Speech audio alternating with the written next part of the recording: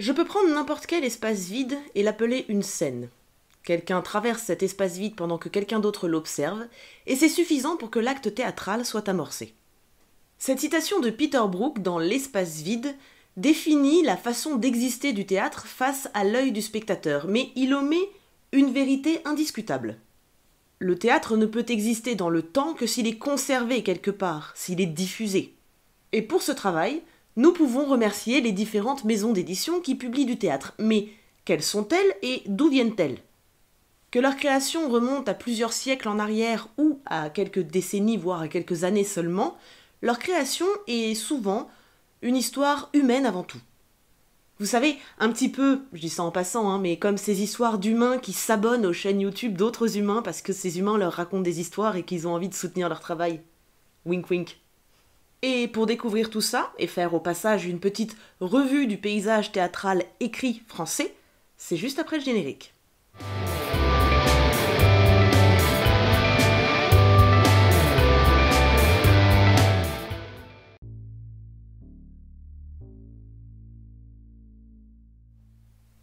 Contrairement à ce qu'on pourrait penser de prime abord, les maisons d'édition qui publient du théâtre, que ce soit exhaustif ou non, sont en fait plutôt nombreuses. De fait, je ne pourrai pas m'attarder autant sur toutes les histoires de toutes les maisons d'édition parce que vous verrez très vite que certaines d'entre elles pourraient carrément faire l'objet de vidéos à part entière. Ceci dit, je trouvais assez intéressant de faire un petit tour d'horizon des maisons d'édition car vous verrez qu'ils sont munis de profils aussi divers que variés et variés que divers. Je prendrai pour exemple des livres de ma bibliothèque personnelle pour illustrer un petit peu le travail des différentes maisons d'édition, mais il y a des maisons d'édition chez qui je n'ai rien acheté, jamais, donc j'illustrerai ce que je pourrai, vous m'en voudrez pas, je m'en doute.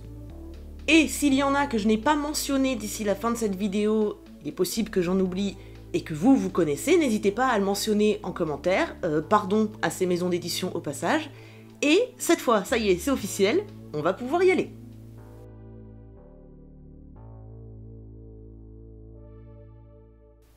Les maisons d'édition à proprement parler sont en réalité une création assez récente au regard de l'histoire de la littérature. Les premières maisons d'édition célèbres, on va dire, sont créées au cours du XXe siècle. Grasset ouvre ses portes en 1907, Gallimard en 1911. Mais avant, les livres paraissaient tout de même, on n'a pas attendu 1907 pour avoir des ouvrages en papier. L'édition jusque-là se faisait au moyen de libraires qui, dans les faits, étaient tout autant libraires qu'éditeurs, et qui publiaient donc des pièces après avoir interagi directement avec les auteurs. C'est ainsi que Molière ou Rostand, par exemple, ont pu partager leurs œuvres, mais en réalité, mon exemple est biaisé.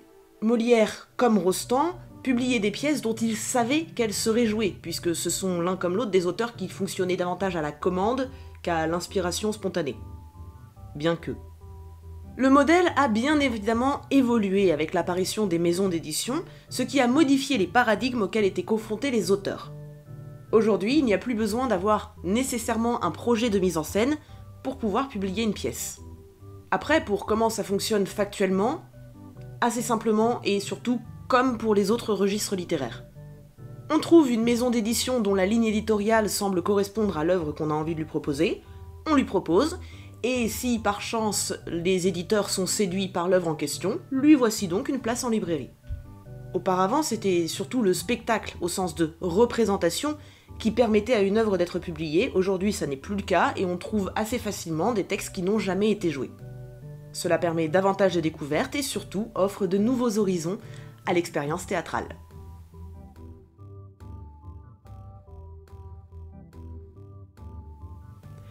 La date de création de la librairie théâtrale remonte, et c'est le moins qu'on puisse dire, à des temps incertains.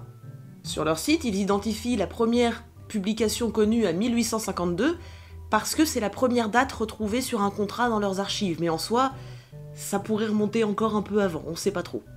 Mais qu'est-ce que donc, me direz-vous, qu'une librairie vient faire au milieu d'une liste de maisons d'édition ? Eh bien, précisément parce qu'elle s'inscrit dans la plus pure tradition de la publication de théâtre. La librairie théâtrale commence son histoire en tant que librairie éditrice, qu'on appelait simplement librairie à l'époque, et c'est grâce à elle qu'on a pu découvrir des œuvres par exemple de Feydeau ou de Labiche, dont je n'ai pas d'exemple. Mais voilà. Au fil des années, la librairie théâtrale a évolué et a diversifié ses activités. Aujourd'hui, elle est distributrice d'un grand nombre d'autres maisons d'édition, c'est-à-dire qu'on peut retrouver leurs ouvrages en rayon, mais elle a également développé des marques éditoriales et poursuit son travail d'édition. Une marque éditoriale, et qu'est-ce que c'est? Eh bien, c'est un mélange, un juste milieu plutôt, entre une maison d'édition et une collection, c'est-à-dire que c'est une maison d'édition qui va publier des œuvres, mais pas sous le nom de la maison d'édition. En l'occurrence, la librairie théâtrale dispose de 4 marques éditoriales. La librairie théâtrale, Art et Comédie, L'Œil du Prince et enfin, Quatrième Mur. Plus de 1500 titres ont vu le jour à la librairie théâtrale et leur catalogue comporte plus de 20 000 références que vous pourrez retrouver notamment à leur boutique du 3 rue de Marivaux à Paris, et je ne pouvais que souligner le nom de cette rue parce que franchement, à quel point est-ce que c'est adapté quoi. Bref, la librairie théâtrale s'inscrit dans la lignée d'un héritage de l'édition au théâtre telle qu'elle existait avant l'essor des maisons d'édition, soit pendant le XXe siècle. C'est aujourd'hui la plus grande et la plus ancienne des librairies dédiées au théâtre qui existent en France, et peut-être même en Europe. D'ailleurs, leur site propose un outil absolument délicieux pour tous ceux qui cherchent des pièces à jouer, pour des élèves ou pour des compagnies ou quoi que ce soit, qui permet de chercher une pièce par durée, par nombre de personnages, par genre, et par type de personnage, masculin et féminin. C'est absolument génial comme outil, mais j'ai fini ma pub de fan et on peut passer à la suite.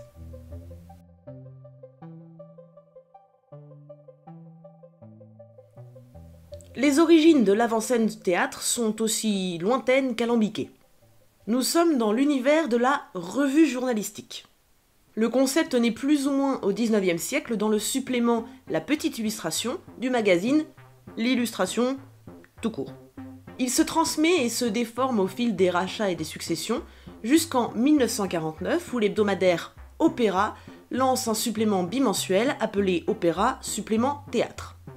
On saute à nouveau un petit peu dans le temps, et voici Opéra racheté par l'hebdomadaire Art et le supplément théâtral repris par Radio 52, jusqu'à nouveau saut dans le temps, qu'en 1953, en mars plus précisément, l'avant-scène théâtre existe tel que nous le connaissons maintenant. Il se fait des copains au fil du temps, puisqu'il existe aussi l'avant-scène opéra, l'avant-scène ballet et l'avant-scène télévision, mais on va rester concentré sur l'avant-scène théâtre.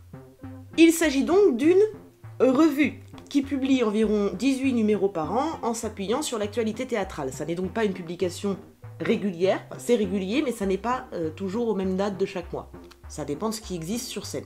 Chaque numéro se concentre sur une pièce de théâtre qui se joue en général depuis peu. Là, en l'occurrence sur celle-ci, c'était Angels in America. On y retrouve le texte de la pièce, des supports iconographiques tels que des photos, par exemple de la mise en scène, et parfois des analyses du texte, de la mise en scène, des interviews aussi, bref, tout un tas de choses autour de la pièce. On y trouve également un petit tour d'horizon de la programmation théâtrale en France, appuyé sur les différentes programmations du coup qui existent à ce moment-là. Et c'est à mes yeux de provincial, petite, humble et tout ça, mais bonne provinciale, que le bas blesse, puisque c'est une revue qui est manifestement et ostentatoirement faite par des Parisiens, pour des Parisiens. Pour vous donner un exemple, pourquoi est-ce que je dis ça? Là, nous avons la première des deux doubles pages de l'agenda. Vous avez les spectacles à Paris, les spectacles en Île-de-France, donc à Paris, et après, vous avez les spectacles en région. Nous avons une pièce à Colmar, une pièce à Lille, une pièce à Limoges, une à Lyon, une à Strasbourg, une à Villeurbanne, et c'est tout. Et après, c'est du spectacle jeune public. Bon, je chipote, je sais, mais pour moi, ça compte. Ceci étant dit, l'avant-scène théâtre publie donc 18 textes par an, mais publie également, en dehors de sa revue, des textes sous un format plus livresque aussi. On peut retrouver des œuvres tout à fait variées au programme, qui partent de Benoît Solès, dont l'œuvre, il me semble, est étudiée au bac en ce moment, en passant par Chateaubriand, parce qu'on n'a jamais assez de classiques, et même par Laurent Ruquier, qui, oui, a écrit du théâtre. Depuis 2018, c'est Anne-Claire Boumandil qui assure la direction éditoriale de la revue. J'aurais adoré pouvoir vous parler davantage de l'histoire de la création des éditions L'Avant-Scène Théâtre. Malheureusement, la page « Qui sommes-nous » de leur site est écrite en lorem ipsum. Voilà, donc en faux texte quoi. J'ai signalé, j'ai pas eu de réponse, peut-être un jour, ils résolveront ce mystère.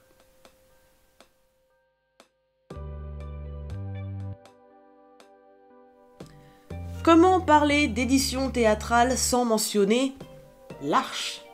L'Arche éditeur techniquement, mais l'Arche. L'Arche est créée en 1949 par Robert Voisin.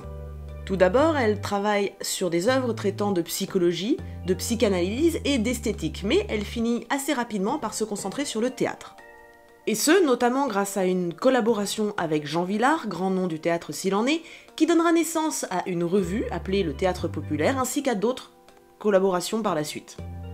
En 1954, année de naissance de mon papa et donc excellente année évidemment, les éditions de l'Arche commencent à travailler avec Bertolt Brecht, autre grand nom du théâtre s'il en est, et qui permettra de projeter les éditions de l'Arche à l'avant-scène de la littérature théâtrale de l'après-guerre. Par la suite, les noms d'auteurs se multiplient chez l'Arche avec par exemple des grands noms comme Federico Garcia Lorca, ou encore Eugene O'Neill, qui a écrit Qui a peur de Virginia Woolf, dont je vous ai déjà parlé, ou encore Strindberg, ou encore même Tchekhov. Bref, pas mal de noms un peu connus quoi. En 1986, la maison d'édition est reprise par Rudolf Rack et Katharina von Bismarck, et j'espère ne pas avoir trop écorché leur nom, désolé si c'est le cas. En 1989, il crée la collection Scène ouverte, qui met en avant des auteurs contemporains, tels que par exemple Sarah Kane, Lars Noren, ou encore Yann Fabre, qui est l'auteur et metteur en scène qui m'a permis à mon plus grand désarroi les meilleures siestes de ma vie au théâtre. L'Arche continue de développer ses activités, bien entendu, au fil du temps, et à partir des années 2000, il y a une agence théâtrale. Le principe de l'agence théâtrale de l'Arche est de gérer les droits de représentation des œuvres qui sont dans leur catalogue, mais également d'œuvres qui sont dans d'autres catalogues, et même de textes non encore publiés. Depuis 2017, l'ensemble est dirigé par Claire Stavo, et la maison d'édition a fêté ses 70 ans en 2019.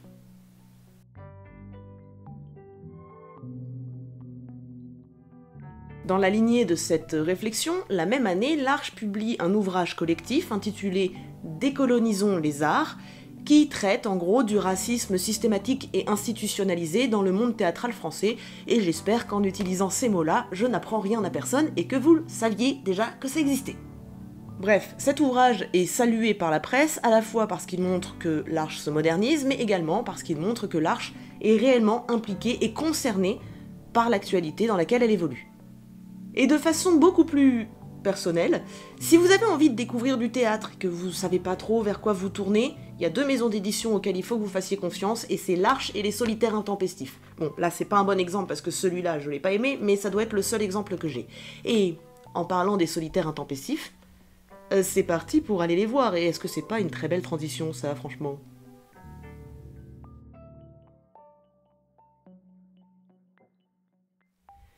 Les éditions des Solitaires Intempestifs se construisent autour de 3 hommes.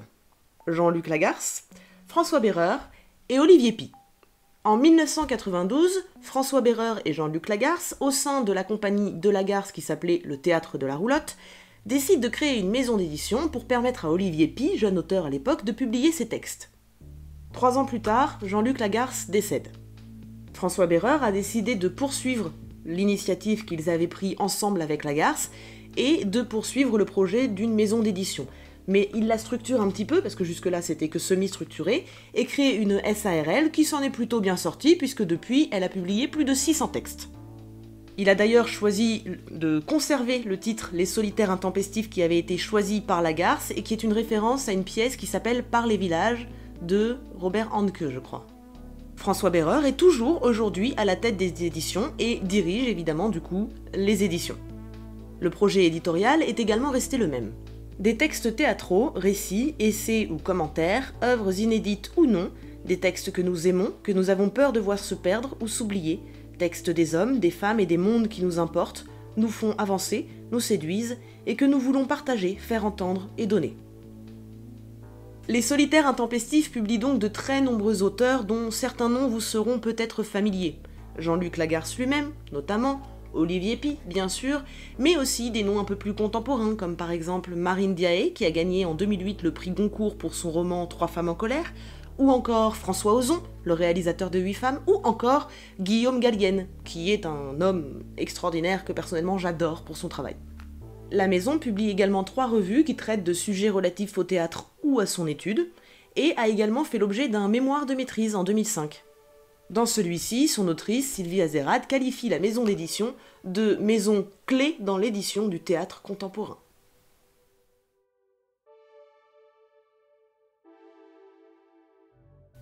En 1988, l'association Promotion Théâtre, active depuis 1978 et dirigée par Robert Lanzmann, lance un concours pour permettre de trouver des pièces qui soient jouables dans des ateliers auprès de jeunes. Le concours est une telle réussite que Lanzmann décide de poursuivre l'aventure éditoriale et de créer une maison d'édition à part entière. En 1989, il lance donc Lanzmann Éditeur, dont je n'ai pas d'exemple, mais qui est dédié au théâtre. Plus de 2200 pièces francophones d'Europe, mais aussi d'Amérique du Nord et également d'Afrique, ont été publiées chez Lanzmann, et il faut noter que la plupart de ces pièces n'ont pas été mises en scène. Elles sont donc publiées sur la pure qualité des textes. Le projet éditorial poursuit la volonté à l'initiative du concours puisqu'une grande partie du catalogue est dédiée aux jeunes et à leur activité théâtrale, que ce soit pour eux, par eux, autour d'eux, pour les jeunes. Mais Lanzmann Éditeur cherche également à partager la parole d'hommes et de femmes dans toute la complexité de leurs joies, de leurs émotions et de leurs espoirs. Ça donne envie, hein. Bref, on y publie essentiellement du contemporain, en prenant pour critère de base la qualité du texte. Mais petite particularité de cette maison d'édition, si elle participe au paysage théâtral français, eh bien elle ne l'est pas française, elle. Mais belge. Il faut rendre à César ce qui appartient à César, et aux Belges ce qui appartient aux Belges. Un petit peu de justice dans ce monde de brutes.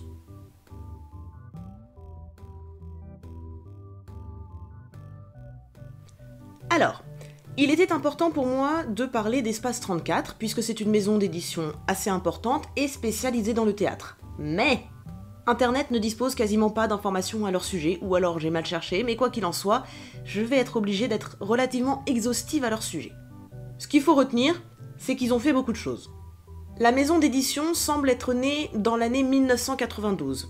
Espace, je sais pas pourquoi, mais 34, par contre je sais pourquoi, ça doit être au rapport avec leur département d'origine. En effet, la maison d'édition est installée dans la commune des Mattels, un petit peu au-dessus de Montpellier, pour ceux qui voient où c'est.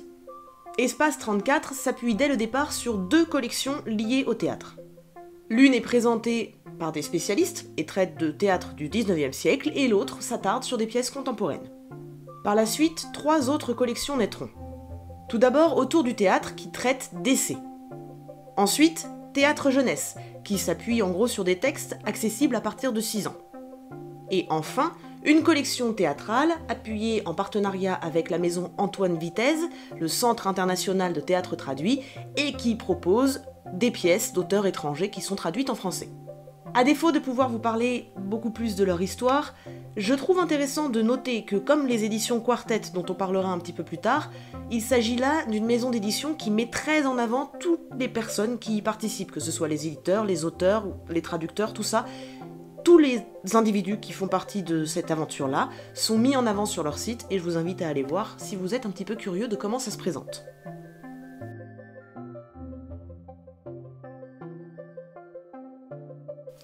Une autre maison d'édition dont je n'ai pas d'exemple et sur lesquelles j'ai trouvé très peu d'informations et donc je ne vais pas pouvoir vous en parler longtemps, c'est L'Espace d'un instant. Alors par contre, je sais qu'elles sont actives depuis 2001. Mais je tenais à évoquer sa situation pour des raisons qui, je pense, vont vous sembler assez évidentes. Les éditions L'Espace d'un instant font partie d'un projet à la fois ambitieux et généreux.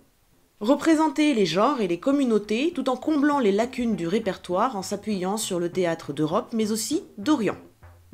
Pour cela, les éditions font partie d'un ensemble qui s'appelle Parlage, pas sûr de ma prononciation, et qui recoupe donc une maison d'édition, mais également un centre de traduction, une bibliothèque et une compagnie théâtrale qui s'appelle le Théâtre dans la forêt.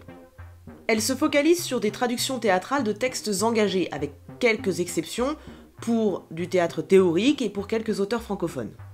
L'Espace d'un instant a également publié des anthologies de théâtre méconnues en France, venant par exemple de Biélorussie, de Bulgarie ou du Caucase. Depuis 2001, un peu moins de 350 textes ont été publiés dans 137 livres, à raison d'environ 10 livres publiés par an. Le catalogue compte un certain nombre de textes inédits, dont certains ont reçu l'aide à la création. Pour ceux qui ne savent pas, c'est une subvention. Et pour ceux qui comprennent vraiment pas, une subvention, c'est-à-dire en gros le texte il a tellement plu, on leur a donné des sous pour qu'il soit monté en scène par le Théâtre dans la forêt, qui est donc la compagnie rattachée à la maison d'édition. Moi je trouve que c'est un système qui marche, c'est beau.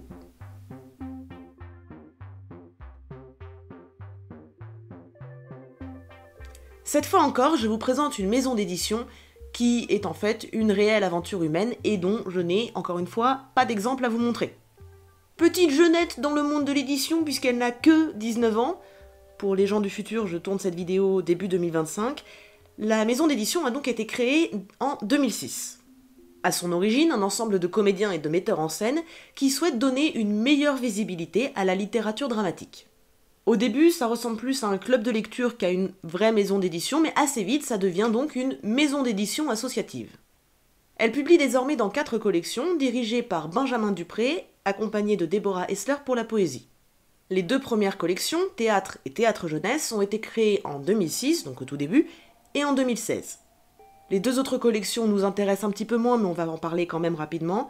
Il y en a une qui s'intéresse à la littérature et aux sciences humaines, c'est la collection Rouge, et une autre qui donc parle de prose libre, dans la collection, accrochez-vous bien, Prose libre. Le catalogue de la maison d'édition est constitué, comme le site le souligne, par des auteurs qui forment une famille relativement soudée, et encore une fois, chaque auteur dispose d'une petite biographie sur le site, bref, ils sont très mis en avant, je vous invite encore une fois à aller voir.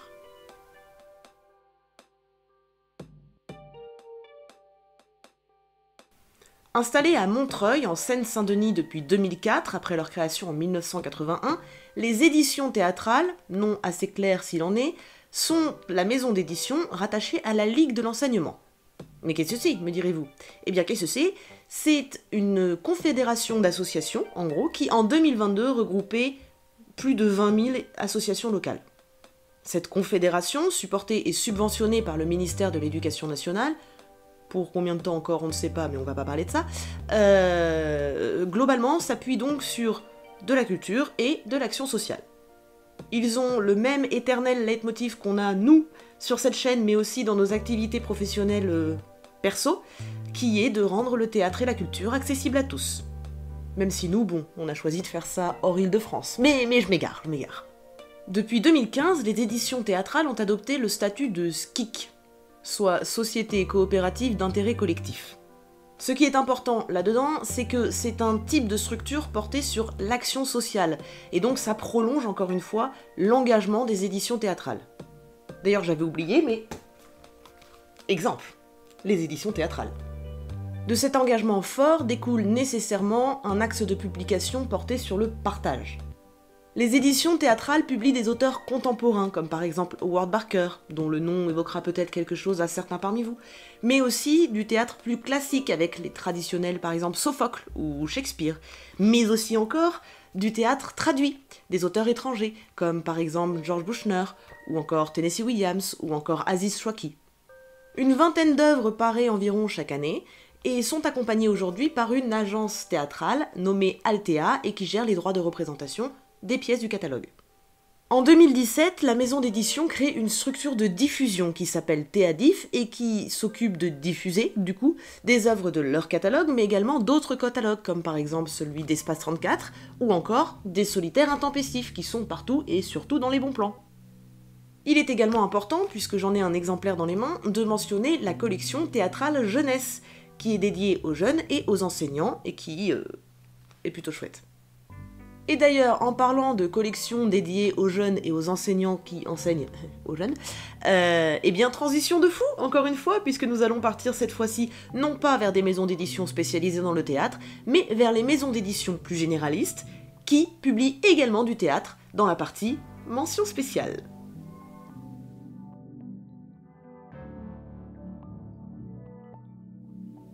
Toutes les grandes maisons d'édition, celles que tout le monde connaît, ont une section plus ou moins dédiée à la publication de théâtre. Hachette Livre, par exemple, publie la collection Biblio-Collège, dont voici un exemple. Chez Flammarion, on a les étonnants classiques. Chez Gallimard, on a Folio Théâtre. Et puis il y a les maisons d'édition directement liées à l'enseignement, comme par exemple Nathan et ses carrés classiques. On a également Magnard avec ses classiques, juste, ou encore Larousse avec les petits classiques. On va pas relever le nombre d'occurrences du mot classique dans toutes ces collections, mais bon. Ils font ce qu'ils peuvent avec ce qu'ils ont. Il y en a, ils font encore plus simple. Par exemple, le livre de poche et sa collection Théâtre. En parlant de maisons d'édition qui ne sont pas spécialisées dans le théâtre, il est quand même très important de préciser et de mentionner Actes Sud, papier. Il s'agit d'une grosse maison d'édition fondée en 1978, et si j'insiste sur sa taille, c'est pas par grossophobie, c'est simplement parce que la diversité de ses publications est très intéressante. J'ai ici 2 collections à vous présenter qui sont toutes les 2 spécialisées dans le théâtre, et si c'est pas beau ça franchement. Actes Sud, papier, tout d'abord. En 1987, Actes Sud rachète Papier, qui était à l'époque une maison d'édition spécialisée dans le théâtre. Puis, ils poursuivent la collection dans la direction de la lignée éditoriale initiale de Papier. Mais après, il y a les gens pénibles, comme moi, qui aiment bien quand les livres font une taille régulière, à peu près, en tout cas, précisément pour cette raison-là. C'est quand même pas très uniforme comme bibliothèque. Bon, en vrai, je l'ai tellement rangé par taille et tout ça que ça se voit pas trop, mais les livres, ils font des tailles, des formats différents. Non, c'est relou. Et du coup, boum! Babel. Le principe est très simple, c'est-à-dire que c'est Actes Sud qui republie des pièces qui ont déjà été publiées chez Actes Sud papier, mais dans un format poche. Ils savent parler à mon cœur. Et là-dedans, évidemment, il y a évidemment pas mal de théâtre, quoi. D'ailleurs, vous pouvez retrouver l'un des points de vente de la maison d'édition dans le théâtre du Rond-Point. Pour ceux qui connaissent pas, c'est un très gros théâtre parisien. Voilà, c'est un peu la classe. Juste un peu, quoi. Ensuite, on va passer aux maisons d'édition qui ne sont pas spécialisées dans le théâtre, mais qui sont quand même connues dans le milieu du théâtre.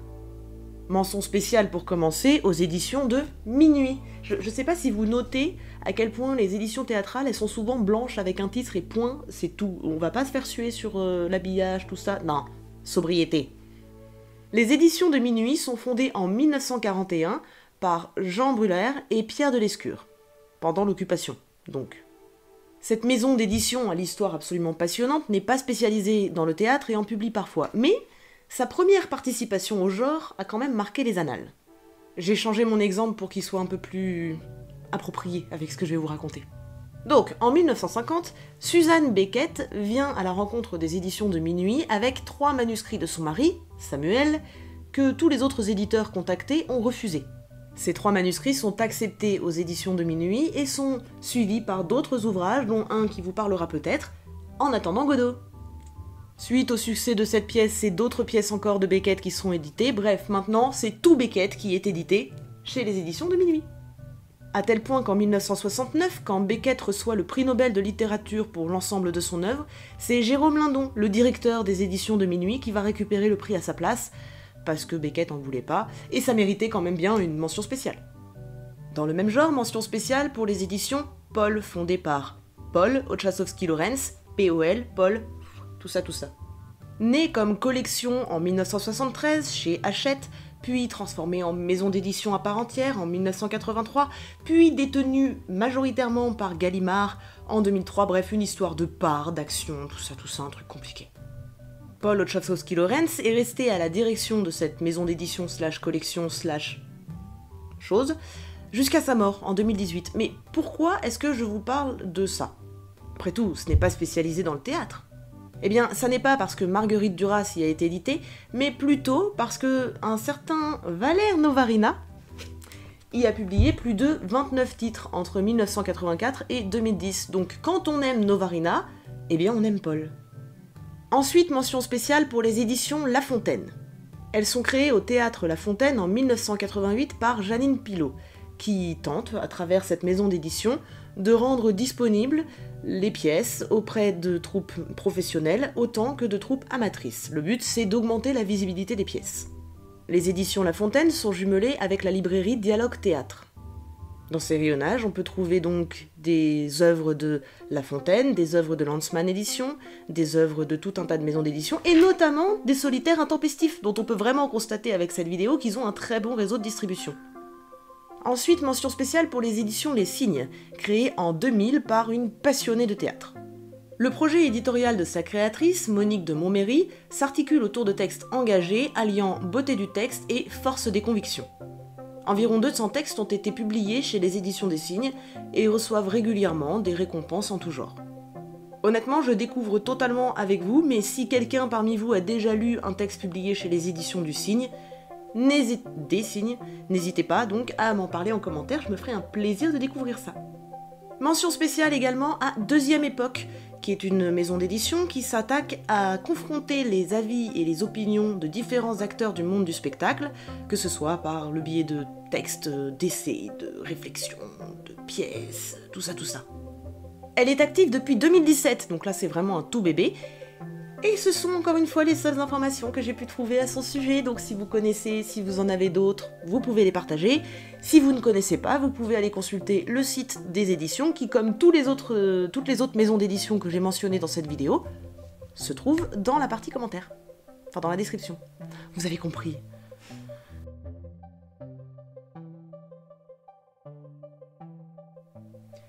Et voilà, c'est ainsi que se termine ce petit tour d'horizon des maisons d'édition qui publient du théâtre. Il est plus que possible, il est fort probable, il est quasiment certain que j'en ai oublié une ou deux. S'il y en a que vous connaissez et que je n'ai pas mentionné, n'hésitez pas à nous en parler en commentaire, ce sera utile pour tout le monde, et puis moi, je suis curieuse.